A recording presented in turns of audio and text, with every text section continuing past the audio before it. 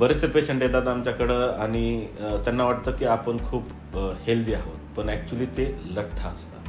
लठ्ठपणा हे कॅन्सरचं कारण असू शकतं का, हा प्रश्न ते मला विचारतात आणि मी हसत सांगतो, पण हे सिरियस आहे.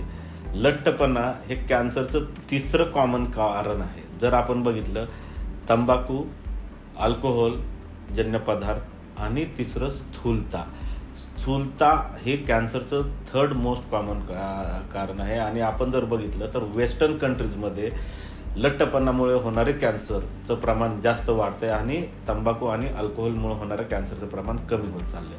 परंतु भारतात तंबाखू आणि अल्कोहोलमुळे होणारे कॅन्सरही वाढत आहेत आणि आपलं जे वेस्टर्नायझेशन ऑफ डाएट झालेलं आहे, म्हणजे जे आपण अन्न खातोय, ज्या पद्धतीचं अन्न खातोय, त्यामुळे आपली स्थूलता वाढण्याचं प्रमाण वाढलेलं आहे आणि त्यामुळे लठ्ठपणामुळे होणारे कॅन्सर पण वाढत आहेत.